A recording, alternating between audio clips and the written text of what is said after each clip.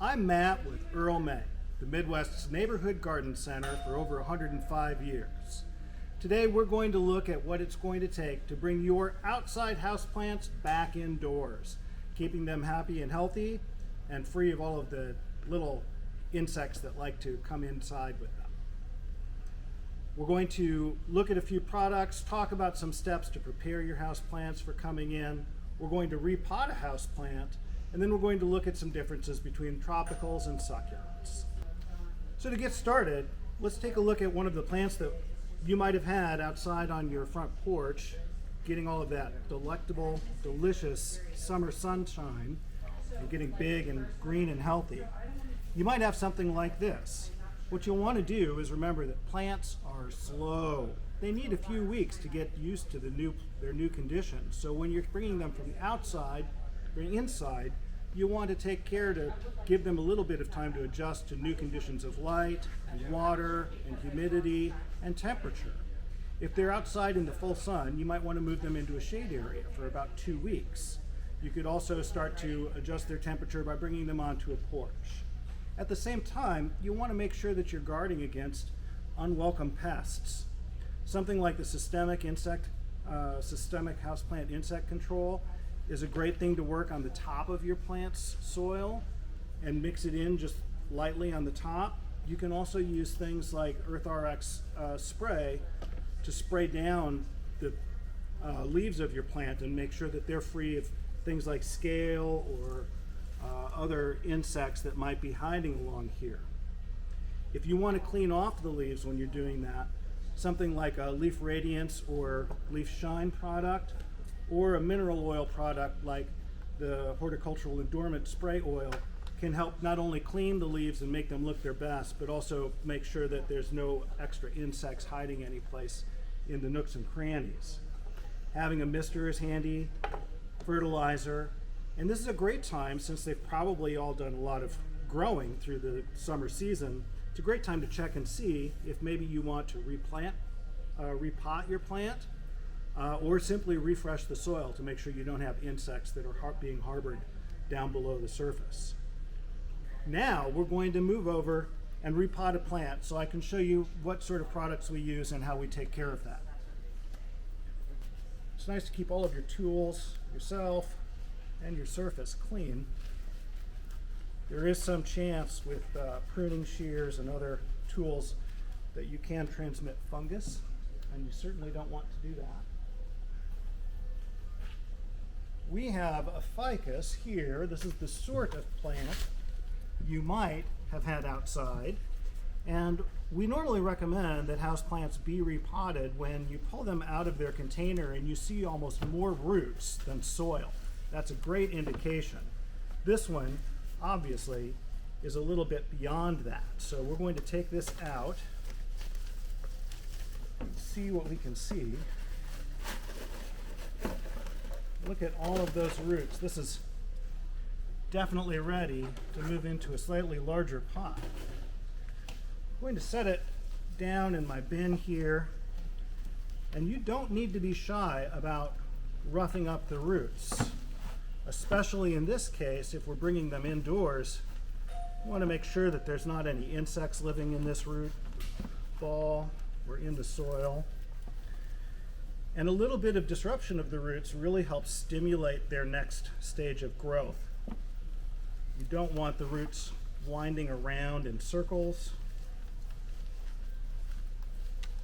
You want them ready to move out into their new soil where they can find more moisture.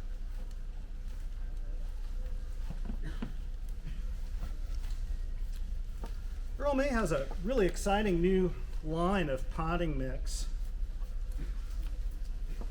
We're thrilled to be using these more. And I'll pull some out. This is a tropical plant. Most plants you can assume are going to be one of two things, either a regular potting soil mix or a succulent and cactus mix, and I'll show you those in just a minute. So this is an exciting thing that we just found. This ficus has an aerial root. These are the roots that come off the upper areas of some plants. It usually means that they're doing very well, and it is an extra way in which they gain moisture. If you do not like them, you can snip them off on most plants. but philodendrons in particular, you can use them to wrap around a pole and really supercharge large leaf growth. So I've got this pretty well full and pulled out. There were some cases where I was fine with just tearing the roots if I needed to. There's no problem with that, but I've got this most of the extra soil out of here. So I'm going to bring the pot that I need right here. We really recommend that you almost always have a pot with drainage. You want to make sure that there is a way for extra water to get out of the bottom of the pot. If your pot does not have drainage, there are some products that you can put as a lower layer down below to help with that drainage. But here we're just going to use our regular potting soil.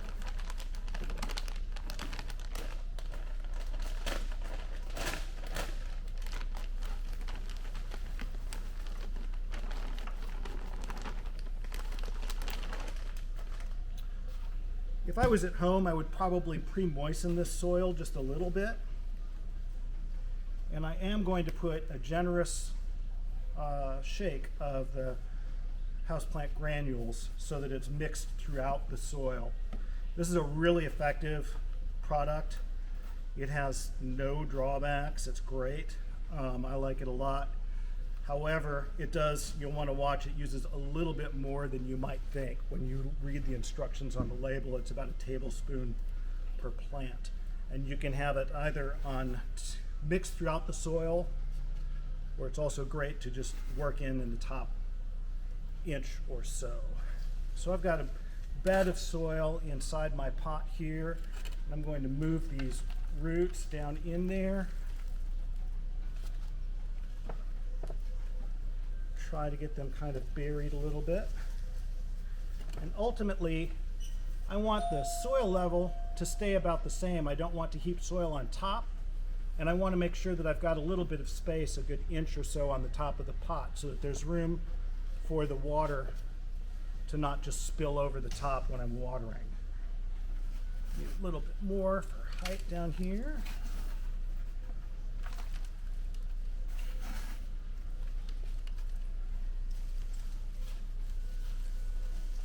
So I talked about how it's important to repot about when you see there's more roots than soil. You don't want to go up more than one pot size, usually about 1 inch. It's important to give the roots direction. If they have too much space, they get spread out too thin, and it's harder for them to get adequate moisture. So I've got this one pretty much built up to the level I want. I'm just going to fill in soil down around the edges, and I'm going to use my fingers to compact it, or this trowel. I don't want it packed in tight. I just want to make sure there are no air bubbles, large air gaps. Okay, so here I'm just going to check to make sure there's not big holes along the sides here. Often after the first time you water, you'll need to add a little more soil. It does collapse some. There we go.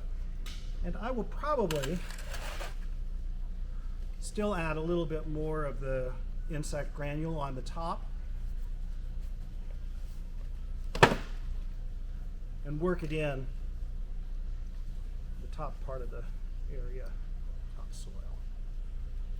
That's especially good for not only regular insects and pests, but it really helps cut down on your problems with fungus gnats throughout the year. Other things for fungus gnats, if you have them, nobody should have to live with them. These are great for catching the adults, and a lot of us here at Store 52 like to use this stuff with every watering. That really helps cut down on the fungus gnats. So this is potted up well and ready for watering. Fertilize less in the winter than you did in the summer, and you'll have to pay attention as you bring your plants inside. You'll have to see what the new environments are like. Watch them closely to see how they like the amount of water that you're giving them, because you'll probably need to adjust that. Okay, so now that you've got your plant all potted up, a few final moments. It's good to have some sort of grip tray to keep them from letting water fall over on your tables or floors.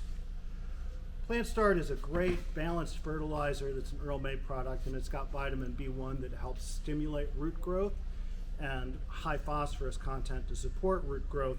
That's a great way to help reduce transplant shock. We recommend it for all of our trees and shrubs, as well as it's a good for houseplants when you're doing a transplanting job. We have nice things like this leaf radiance, which will help put a little shine on our leaves, clean them up, and this particular product also smells really great. And if you're nervous at all about watering, trying to figure out what you need, it's a pretty simple and inexpensive tool in the soil moisture meter that you can use to just get used to checking the soil, checking the moisture of your soil with one of these until you get used to learning what your plants really like. A lot of your plants that you've had outside might be succulents or cactuses. They love the summer weather. If that's the case, you might have slightly different needs. The insect granules are still great. The leaf radiance is recommended for most, although we also have a leaf shine product that you should not use on succulents. Succulents and cactuses sometimes have an additional problem with things like powdery mildew or mealybugs, and in those cases the insect granules will help, but you may want something like a neem product that will help clean all of those away and prevent them from returning. So a neem product is great for those, and they also are going to prefer their own special soil that drains a lot faster, and it just regulates the moisture that succulents and cactuses, the way they like to, this regulates moisture in a way that works much better for succulents and cactuses. I think that's everything I've got to teach you today. Thanks so much for watching here with Earl May. We've got 28 stores throughout the Midwest. We can't wait to have you come in and visit.